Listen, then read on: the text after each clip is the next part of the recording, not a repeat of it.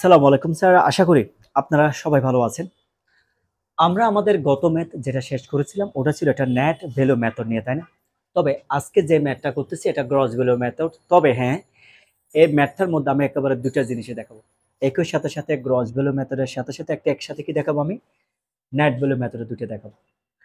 এখন আমরা যদি ম্যাথটা যদি একটু কোয়েশ্চেনটা দেখে নিই, কোয়েশ্চেনের মধ্যে আমাকে দেওয়া আছে কি দেখেন, সেলস রেভিনিউ দেওয়া আছে, র ম্যাটেরিয়ালস দেওয়া আছে, salaries and wages, service charge, interest on loan capital, depreciation of machinery, supplies expense। বাকি যা আছে সবগুলো দেওয়ার পর ধরুন রিটার্ন আর্নিংসটা আমি পেয়ে গেছি, এই তো। আমার রিকোয়ারমেন্টের প্রথমটা কি দেওয়া আছে দেখেন, গ্রস ভ্যালু মেথড। এখন আমি যদি প্রথমে গ্রস ভ্যালু মেথডে যাই, আমার প্রথমে একটু ফরম্যাটটা দেখতে হবে। আর আমি আপনাদেরকে তো ওয়ার্ড দিয়েছিলাম, আমি আপনাকে যাই ম্যাথ করাই না কেন ইনশাল্লাহ ফরম্যাটটাকে অবিকল কি করাবো, কপি পেস্ট করাবো। আসেন আমি জিনিসটা আপনাকে দেখে দিই। আমরা যদি গ্রস ভ্যালু মেথড যদি হিসাব করি, প্রথমে থাকবে জেনারেশন অফ ভ্যালু অ্যাডেড। একটা বিজনেস প্রতিষ্ঠান তার ভ্যালু অ্যাডেডটা কেমনে করে, এক কথায় আমি যদি বলি ভ্যালু অ্যাডেড জিনিসটা কি, আপনার যে প্রোডাক্টটা পারচেজ করেন অথবা যে প্রোডাক্টটা আপনি প্রডিউস করেন, ধরেন আপনার প্রোডাকশন কস্ট হলো কত, ১০০ টাকা। এখন আপনি কি ১০০ টাকা বিক্রি করবেন? অবশ্যই নয়, তার সাথে আপনি প্রফিট অ্যাড করবেন ২০ টাকা। তাহলে কত টাকা সেল করতেছেন? ১২০ টাকা। এই যে বাড়তি ২০ টাকাটা আপনি অ্যাড করতেছেন, আপনার উৎপাদিত পণ্য অথবা ক্রয়কৃত পণ্যটার যে একটা আলাদা মূল্য অ্যাড করতেছেন, এটাকে বলে আমরা ভ্যালু অ্যাডেড। তাহলে ভ্যালু অ্যাডেড কেমনে ক্রিয়েট হয়? আপনি যদি প্রোডাক্টকে সেল করেন অথবা আদার যতগুলো ইনকাম আছে, ইনকাম কেমনে হতে পারে? আপনি ডিভিডেন্ড রিসিভ করতে পারেন অথবা ইন্টারেস্ট অন ইনভেস্টমেন্ট পান, এখান থেকে হতে পারে আদার্স ইনকাম, এগুলো সবগুলো প্লাস করবেন। এরপর বট ইন গুডস এন্ড সার্ভিসেস। আমি আপনাকে বট ইন গুডস এন্ড সার্ভিসকে মনে রাখার জন্য থিওরিটিক্যালি বলবো না, কিরকম মানে উৎপাদন এবং ক্রয়ের সাথে প্রত্যক্ষ পরোক্ষভাবে যে জড়িত খরচগুলো থাকে সেগুলোকে বট ইন গুডস এন্ড সার্ভিসেস বলে। লাইক র মেটেরিয়ালস পারচেস, এই টাইপের যতগুলো খরচ থাকে, আর সার্ভিস চার্জ, আদার যতগুলো এক্সপেন্স থাকে। আমি আপনাকে জিনিসটাকে মনে রাখার জন্য এবার টোটালি বলবো না, আমি আপনাকে বলবো এভাবে, এই যে আমরা একটা কোম্পানির যে ইনকামগুলো হয়, ইনকামগুলো কেমনে ডিস্ট্রিবিউশন হয়, স্যালারিস এন্ড ওয়েজেস মানে কর্মচারীকে যে আপনি বেতন দিচ্ছেন, গ্র্যাচুইটি দিচ্ছেন অথবা তাকে যে বোনাস দিচ্ছেন, রাইট? এই যে খরচগুলো আছে স্যার, এগুলা মানে কর্মচারী সংক্রান্ত বেতন সংক্রান্ত যা খরচ থাকবে এগুলো বাদ দিবেন। গভর্নমেন্টকে ট্যাক্স দিতে হয় না, লোকাল ট্যাক্স বা ইনকাম ট্যাক্স, এগুলো বাদ দিবেন। ক্যাপিটাল প্রোভাইডার, যারা আমার বিজনেস আমাকে ক্যাপিটাল দেয় অথবা আমাকে লোন দেয়, তাদেরকে আমার কি দিতে হয়? ইন্টারেস্ট দিতে হয়। তাদেরকে আমার ডিভিডেন্ড দিতে হয়। যেমন যে সকল ব্যবসায়ী প্রতিষ্ঠানগুলা long term capital fund collect করে, কিসের মাধ্যমে? বন্ড ডিবেঞ্চারের মাধ্যমে। ধরেন সে যদি কখনো ফ্যাক্টরি করতে চায়, সে যদি কখনো একটা মেশিন কিনতে চায়, তাহলে সে কি করবে?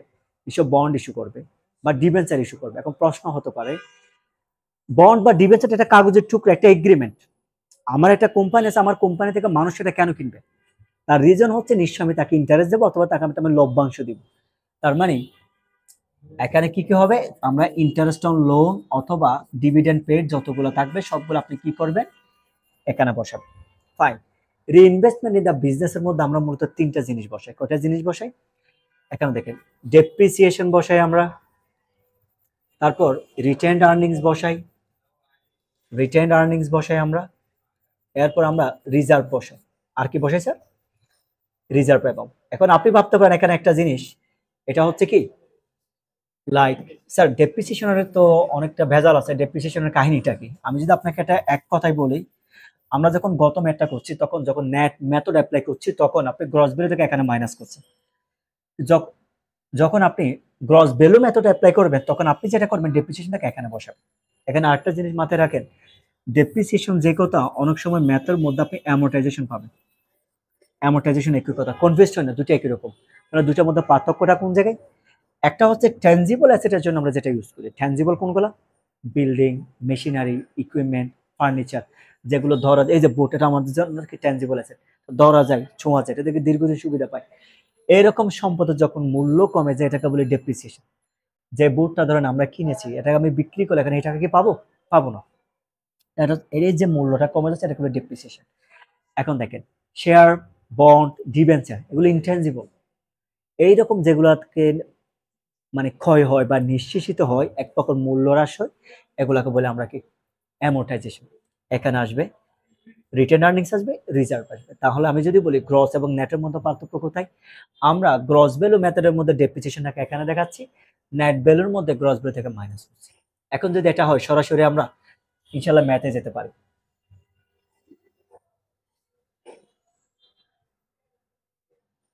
স্যার আমরা যদি ম্যাথটাকে খেয়াল করি, আমি একটা কাজ করছি স্যার, আমার তো বারবার একটু স্যালাইডটা চেঞ্জ করে অনেক কষ্টদায়ক। আমি লেফটে কোয়েশ্চেনটা দেখালাম আর রাইটে কি দেখালাম আমি সলিউশন। আপনাকে যখন সলিউশন করবেন এরকম 3 কলামের একটা হেডিং দিবেন, যে কোম্পানির নাম আছে কোম্পানির নাম লিখবেন, ভ্যালু এস্টিমেট, জিবিএম হলে জিবিএম, এনবিএম হলে এনবিএম মেথড, এন্ডিং ডেটটা দিবেন, পার্টিকুলার টাকা টাকা। আমরা একটু আগে ফরম্যাটের মধ্যে দেখলাম আমাদের প্রথম কাজ হচ্ছে জেনারেশন অফ ভ্যালু অ্যাডেড। তাহলে ভ্যালু অ্যাড আমরা কেমনে করি স্যার? সেলস থেকে। সেলসে আমার এখানে আর্থ আশা করি আমি কোনো ইনকাম তো দেখি নাই, আমরা নেই।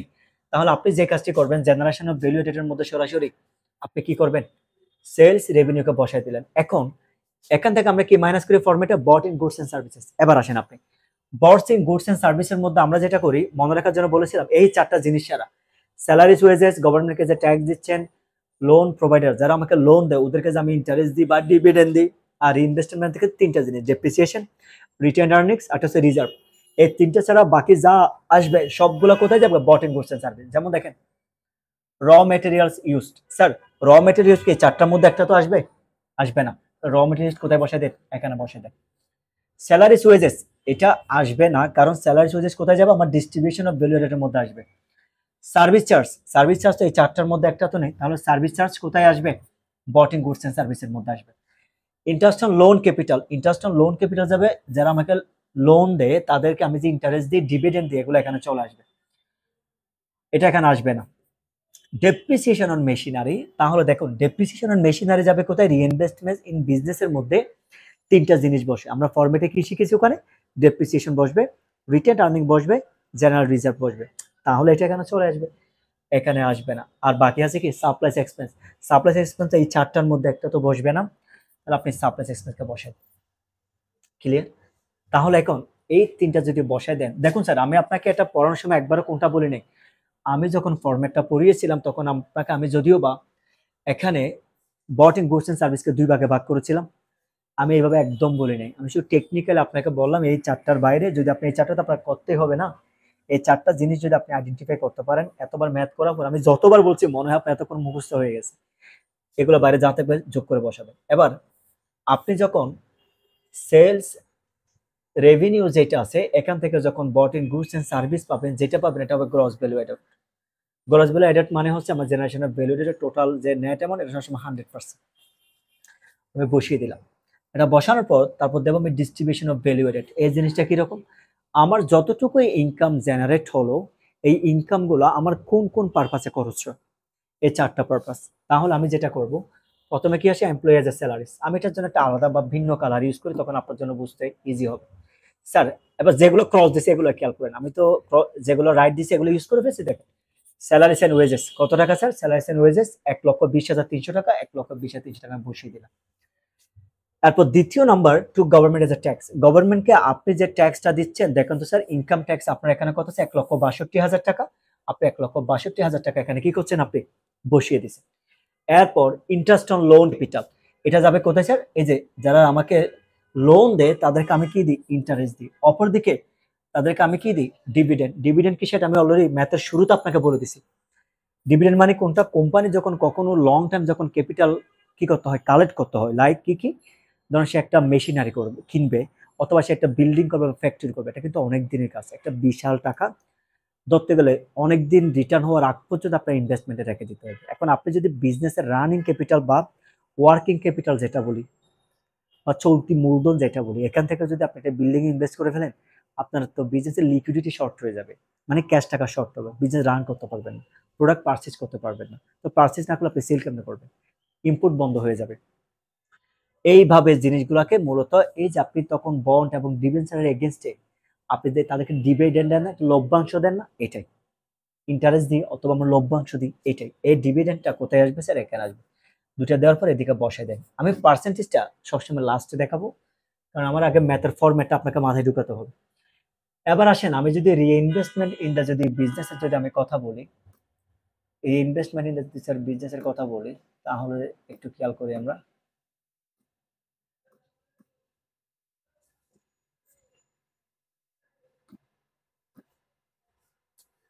রিইনভেস্টমেন্ট বিজনেস মধ্যে আমরা তিনটা জিনিস বসে, একটা হচ্ছে রিটেন আর্নিংস দেখেন, একটা ডেপ্রিসিয়েশন, আসতেছি একটু দেখা যাক ডেপ্রিসিয়েশন, এই দুটাকে আগে মার্ক করে, ডেপ্রিসিয়েশন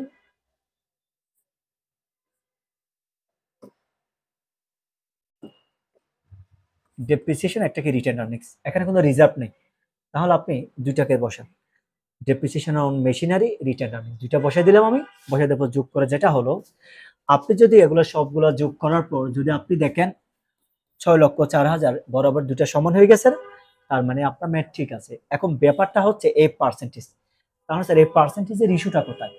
পার্সেন্টেজের ইস্যুটা হচ্ছে এই জায়গায়। আমি যদি আপনাকে জিনিসটা বুঝাই তাহলে জিনিসটা হবে এরকম, আমার টোটাল জেনারেশনের ভ্যালুয়েশন কত আছে স্যার? 6,04,000। এখন আপনি যেটা করবেন সব সময় ভ্যালুয়েশন অ্যাড যেটাকে নিচে দিবেন, 6,04,000। এখানে আমার স্যালারিজ কত? 1,20,300। এবার এটাকে সবসময় 100 দিয়ে মাল্টিপ্লাই করবে। এখন আপনি যদি গভর্নমেন্ট ট্যাক্সের কথা বলেন, 1,62,000-কে কত দিয়ে ভাগ করেন? 6,04,000 দিয়ে ভাগ করেন, এটা পাবেন। একইভাবে 1,33,750-কে 6,04,000 দিয়ে ভাগ করেন। রিইনভেস্টমেন্ট ইন বিজনেসে যে অ্যামাউন্টটা আছে সেম প্রসিডিউর, 6,04,000 দিয়ে ভাগ করেন, 100 দিয়ে মাল্টিপ্লাই করেন। তবে একটা ভেজাল আছে, ভেজালটা কি আমি একটু আপনাকে দেখাই। যেমন ধরেন আমি একেবারে এটাতে দিয়ে দেখাই, এখানে কত আছে? 1,87,500 ডিভাইড বাই 6,04,000 বরাবর ইন্টু 100। আমার এখানে আসছে দেখেন 31 দশমিক কত আসছে, এটা 31.04, 31 দশমিক কত আসছে আমার 04, একটু ক্যালকুলেশন আপনি মিলাই নিয়েন, 31.04। এখন আপনি ভাবতে পারেন অনেক সময়, আচ্ছা ধরেন এটা যদি এরকম নাও যদি আসতো কথার কথা, এখানে কত আছে, আমি এটাকে উদাহরণটা অন্যভাবে দিই। স্যার আমরা যখন এখানে ম্যাথটা যখন করি তাহলে প্রথমটা কত আসে দেখেন তো, 1,20,300 ভাগ 6,04,000,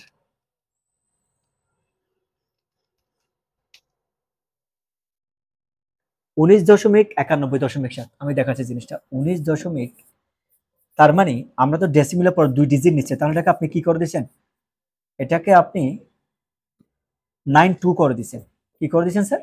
9.2 করে দিয়েছেন। কেমনে করছেন? এই যে একের পর ফিগারটা 5-এর উপরে 2 করে দিয়েছেন। এইরকম আমরা রাউন্ড করতে করতে লাস্টে এসে দেখবেন অংশ এখানে শর্ট পড়ে যায়। এমনও হতে পারে আপনি এখানে যখন বাড়িয়ে দিয়েছেন এখানে সে 13.08 হয়ে গেছে। এখন আপনি যদি 13.08 এর সাথে যদি এগুলো সব যদি প্লাস করেন তাহলে আপনি দেখবেন এখানে আসবে 99.96, তাহলে কত শর্ট আছে? 0.4। আপনি যে কাজটি করবেন নিচ থেকে এটাকে ইকুয়ালাইজ করার জন্য যতটুকু ডেসিমেলের পরে ফিগার দরকার, ডেসিমেল পরে 0.1234 এগুলো কিছু যায় আসে না, কারণ এই গ্যাপটা হচ্ছে বিদে আমাদের এভাবে একটু বাড়িয়ে দিয়ে বা কমিয়ে দিয়ে অনেক সময় দেখবেন এটা এমন হয়ে গেছে 31 পয়েন্ট, আপনি যে অনেক ম্যাথ সামনে পাবেন, আপনি এটা 15, কিন্তু আপনি হিসাব করে দেখছেন আপনি যদি 15 যদি করেন এটা 100 ডেসিমেল 03 হয়ে যাচ্ছে। এখন আপনি কি করবেন?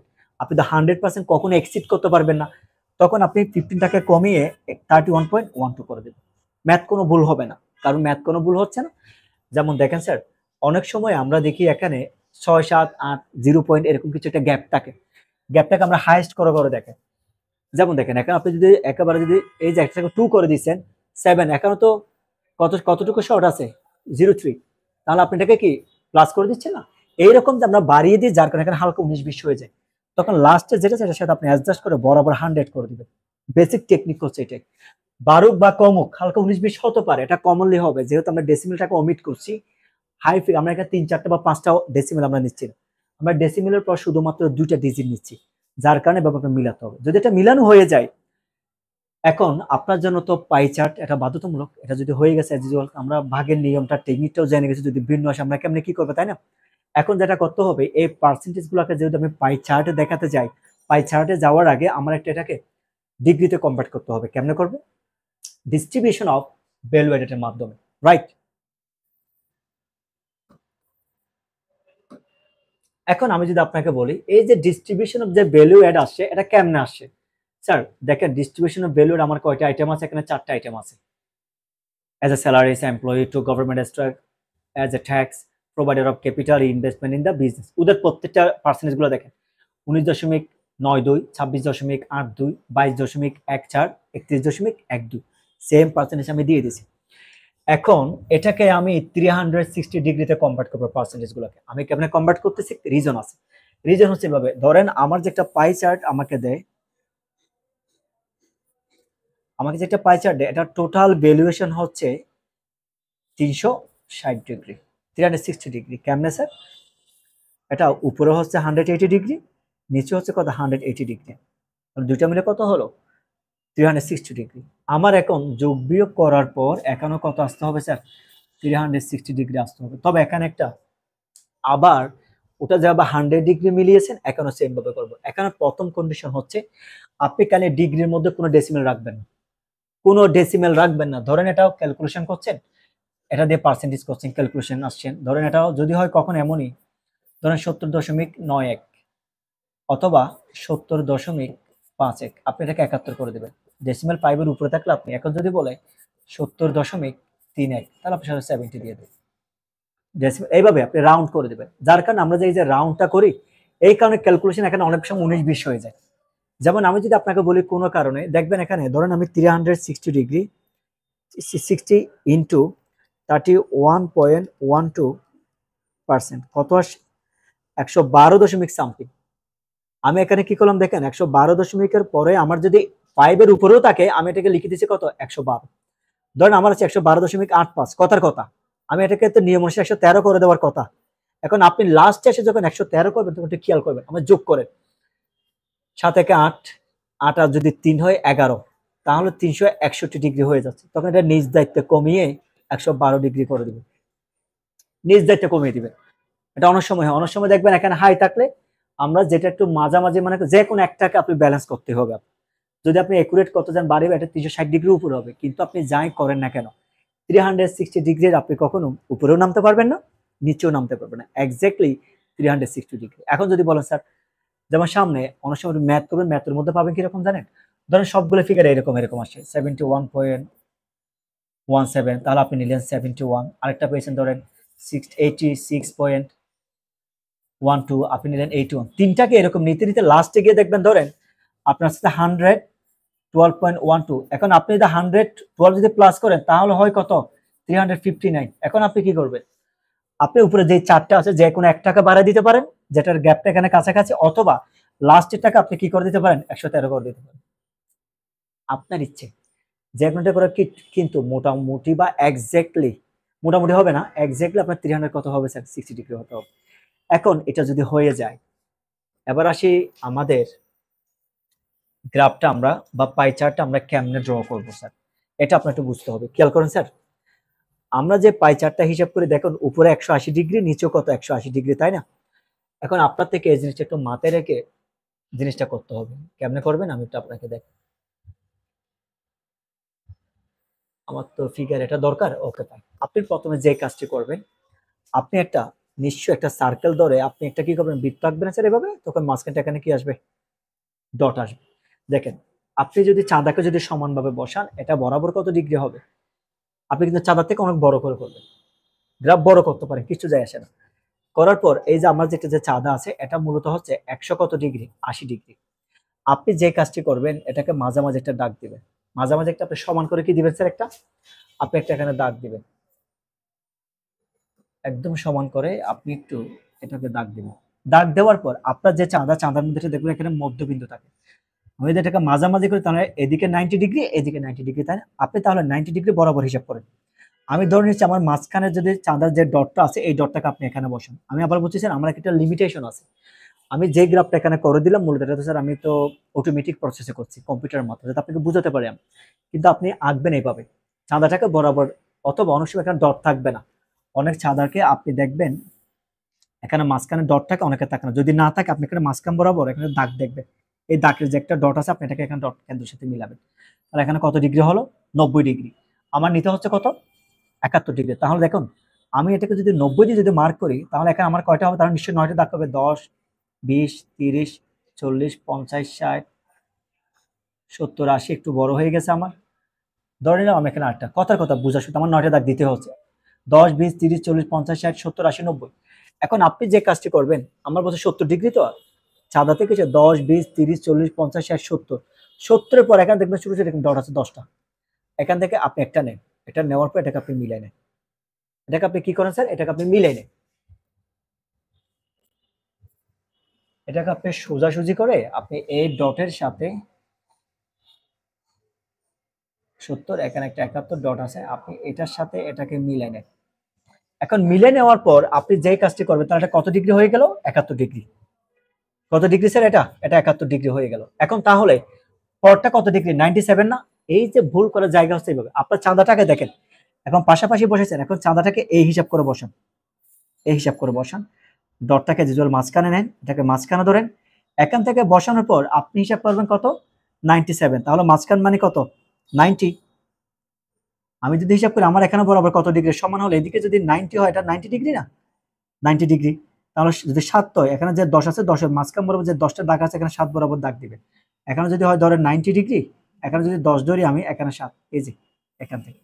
এখন আপনি যদি খেয়াল করেন, আমি চাঁদার এখান থেকে ধরে কি করি নেই, 97 ডিগ্রিটা কারি নেই, যেখানে শেষ করছি এখান থেকে আমি 97 ডিগ্রি নিয়েছি, এই যে এখান থেকে। এখন এই যে এখানে শেষ হয়েছে, এখান থেকে আমি আবার নিব ধরেন 80 ডিগ্রি। চাঁদাটাকে আপনি এখানে একটু এরকম করে বসান, বসানোর পরে আপনি এজ ইউজুয়াল উল্টা করে বসান, উল্টা করে বসাল এখান থেকে আপনি দেখেন 80 ডিগ্রি আসবে, এরপরে দেখেন 112 ডিগ্রি। কথার কথা, মানে যেখানে শেষ হবে ওখান থেকে বসে ঘুরে ঘুরে করবেন। আশা করি এই নিয়ম যদি করেন আপনার ইনশাল্লাহ অবশ্যই মিলে যাবে। আমি যেটা করেছি এটা যদি একটু আপনাকে বুঝাই, জিনিসটা এরকমই।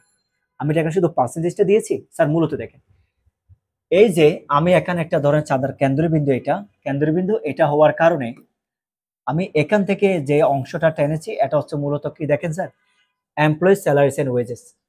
এমপ্লয়ি স্যালারিস এন্ড ওয়েজেস, তার মানে এটা কত ডিগ্রি দেখেন, এই গ্যাপটা যেটা দেখতে পাচ্ছেন এটা হচ্ছে মূলত 71 ডিগ্রি গ্যাপ। এটা কত ডিগ্রি, 71 ডিগ্রি। আর যেটা বাকি অংশ আছে এটা কি দেখেন তো আপনি, আমার কালারটা খেয়াল করেন, গভর্নমেন্ট এজ এ ট্যাক্স, এটাই। তাহলে আমি গভর্নমেন্ট এজ ট্যাক্স কত ডিগ্রি স্যার, এটা এটা হচ্ছে আমার 70 ডিগ্রি। এরপর যেটা অ্যাশ কালার আছে এটা to provided as a capital, এটা কত ডিগ্রি, 80 ডিগ্রি। আর এখানে যেটা ইয়েলো আছে এটা হচ্ছে কি রিইনভেস্টমেন্ট ইন দ্য বিজনেস, এটা 112 ডিগ্রি। দেখেন এই যে দূরত্বগুলো মাপার জন্য মূলত আমাদের ডিগ্রিগুলো রাখতেছে, কিন্তু পার্সেন্টেজ কোনগুলো, এগুলো এজ ইউজুয়াল। আশা করি ইনশাআল্লাহ কারো কোনো বুঝতে অসুবিধা হবে না। এই ম্যাথ যদি হয়ে যায়, দেখুন স্যার এখানে আরেকটা রিকোয়ারমেন্ট আছে, এটা হচ্ছে কি নেট ভ্যালু মেথড। আমরা তো এখানে রিকোয়ারমেন্ট দুটা, একটা গ্রস ভ্যালু মেথড আর একটা কি নেট ভ্যালু মেথড, তাই না? এটা নেট ভ্যালু মেথড যেটা আছে ইনশাআল্লাহ আমরা আগামী ক্লাসে এটা নিয়ে দেখিয়ে দেব। সো সবাই ভালো থাকবেন, আসসালামু আলাইকুম।